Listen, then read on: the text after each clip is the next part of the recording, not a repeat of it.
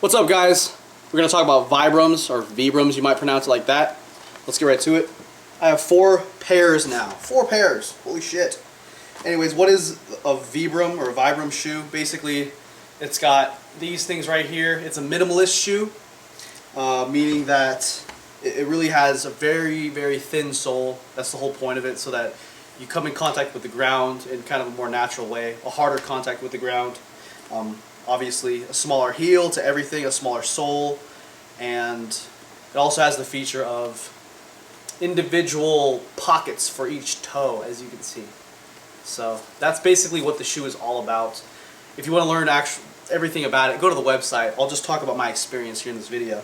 I got 4 pairs, like I just said. I started off with this pair right here in 2010, and as you know now, it's 2012, over halfway through the year, 9 months into the year. So I've been wearing this shoe for over 2 years, and it still performs great. It's a wonderful shoe. As you can see, the only issue with it right now is it's starting to come open at the seams right here, and on the left side of this, I think it has the same issue, but I can still wear it just fine. Right here, they don't even sell this one anymore, guys. It's like the thinnest Vibrams ever. It's like a freaking ballet slipper, and interesting. I'll talk about these two later. So the point of this shoe, like I said, very minimalist shoe. I love doing anything in these shoes, whether it's walking, running, doing any sort of cardio on machines. I like lifting weights in these shoes. Deadlifting is great. Squatting was really great. As you know now, I squat in squat shoes for more quads. But I really love these shoes for pretty much anything and everything. The one thing that is a little bit tough is to hit calves with these.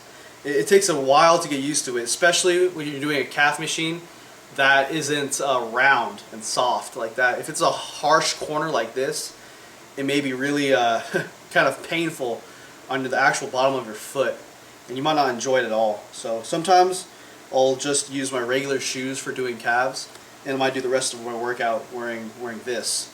And as you know, my squat shoes, my Romelio 2s for regular squatting and front squatting. So these are the new pairs that I just got. And if you're wondering about the cost, I think the KSOs like these are $85. That's how much this pair here was. This pair was probably around the same. This right here was called the Speeds. I'll just talk about it now. It was, I think, $100. And this was more with a little bit more cushion. A little bit more cushion on the inside and right throughout here. And this is more of a running shoe. There's like a dozen different types for both men and women with different names. They're all almost the same thing, just slightly different. Slightly. Each one is just a little bit different from the others. Like I said, it's a great squatting shoe, a great deadlifting shoe, great for all around anything. Walking, running, sprinting, all that good stuff.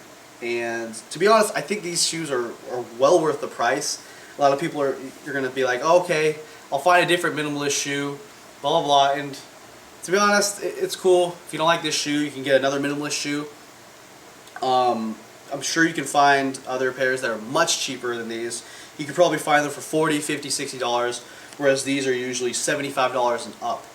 So you could save money getting a different pair, but in my experience, these have done me extremely well, and I love these. So that's basically it, guys. Vibrams, I like the shoes. I recommend them. I just wore these new KSOs for the first time today at the gym. Brought me back. I love these. Let me think if there's any tips for you guys. Since I have a feeling some of you guys will probably go and order a pair right now. Pretty much all the information is on the website, first of all. But if you're looking for information from me and tips from me, when you first get a pair of Vibrams or any sort of minimalist shoe, you kind of want to ease into them, right? You don't want to wear them every single day off the bat. You might want to wear them just a couple hours a day, and then the next week wear them more, and then eventually you'll be able to wear them all day long. You may, in fact, you probably will notice that your calves get really sore from wearing these. And also, when you run in these, you're supposed to run not in a heel-to-toe fashion, but more so with a forefoot or midfoot kind of striking the ground as you run. So like this.